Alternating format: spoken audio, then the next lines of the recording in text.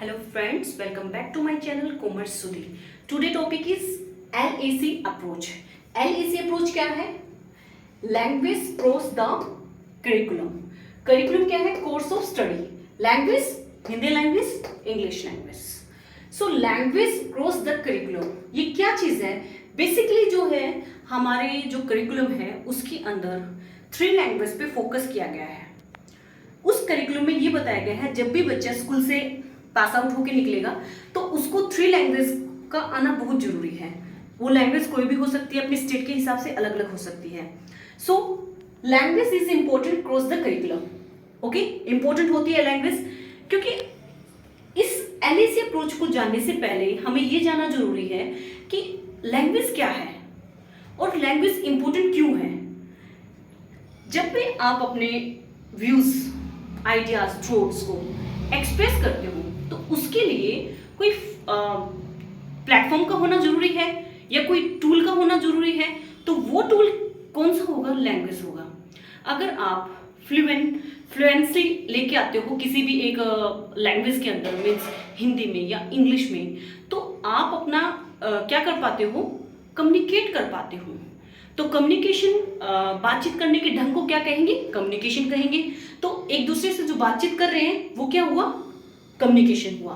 तो लैंग्वेज क्या करती है? हमें हर पॉइंट पे हेल्प करती है, चाहे वो कम्युनिकेशन है, चाहे वो लैंग्वेज के व्यू से हम अपने बाकी जो सब्जेक्ट है उस पे भी कमांड बना सकते हैं, जैसे साइंस, मैथ्स, एसएसटी, आर्ट. अब एक टीचर है, अगर उसको साइंस आपको पढ़ाना है और आपका जो मीडियम होगा वो इंग्लिश है या फिर हिंदी है, तो आप साइंस तो पढ़ ही रहे हैं, आप उसके साथ साथ में आपकी कमांड किस पे बन रही है? आपकी लैंग्वेज पे. अगर आपकी हिंदी लैंग्वेज है तो आप हिंदी पे भी कमांड बना रहे हो और साइंस को भी सीख रहे हो. इसी तरीके से मान लीजिए आपका इंग्लिश सब्जेक्ट है तो आप अपनी कमांड मैथ पे भी बना रहे हो, एसएसटी पे बना रहे हो और साथ के साथ इंग्लिश जो आपका सब्जेक्ट है उस पे भी कमांड बना रहे हो. So it is an educational approach that emphasise the importance of language development in all subject. Okay. और दूसरा ये है कि ये हमें कहाँ हेल्पफुल करता है? जो हमारी 4 स्किल होती है. कौन सी? Reading, writing, speaking and listening. यहां पर भी ये काफी हेल्पफुल रहता है. इसके बेनिफिट्स की अगर हम बात करें तो ये क्या इंप्रूव करता है? Student performance.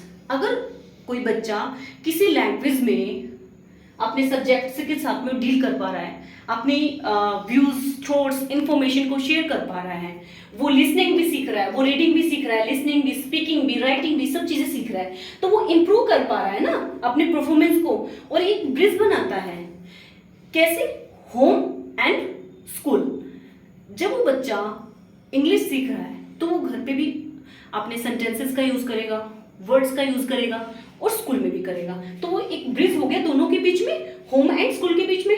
एंड हैंस, जब वो बच्चा लैंग्वेज सीख रहा है तो वो स्पीकिंग भी सीख रहा है, राइटिंग भी सीख रहा है, तो जो उसकी कॉग्निटिव जो डेवलपमेंट है माइंड की वो भी हो रही है, क्रिटिकल थिंकिंग उसकी डेवलप हो रही है, उसकी जो कम्युनिकेशन स्किल है वो काफी बेटर हो रही है. और वही कम्युनिकेशन स्किल कहाँ हेल्प करेगी? Deal with international level.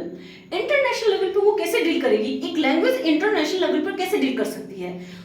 जब कोई बच्चा या कोई जैसे कहीं जॉब के लिए अप्लाई करता है तो उसको जॉब अपॉर्चुनिटी, लैंग्वेज एक इंपॉर्टेंट रोल प्ले करता है. आपकी लैंग्वेज जो होता है काफी इंपॉर्टेंट रोल प्ले करता है. जब आपको 2 से 3 लैंग्वेज आती हैं तो आप वहां अपनी लैंग्वेज के थ्रू एक बेटर अपॉर्चुनिटी जॉब के लिए मिल सकती है आपको. और इसमें क्या हो सकता है? जो मेन जो की पॉइंट्स हैं, की फीचर्स हैं, emphasise on all language skill, जैसे हमने भी यहाँ देखा. सो इसमें हम सिर्फ एक लैंग्वेज पे कम्युनिकेशन पे फोकस कर लिया, लिसनिंग पे फोकस कर लिया, जस्ट हम इतना ही नहीं कर रहे, हम यहाँ पे उसकी ग्रामर, जो रूल्स हैं उस पे भी फोकस कर रहे हैं, वोकैब है उस पे भी फोकस कर रहे हैं. तो हम अगर इसको कंप्लीटली अगर एक ही सीन में अगर समझ के देखना चाहें तो जो लैंग्वेज है वो हमारे ओवरऑल डेवलपमेंट, जो भी हमारे सब्जेक्ट से रिलेटेड होती है, उसमें हमारी हेल्पफुल करते हैं. तो ये था LAC approach. Okay, thank you.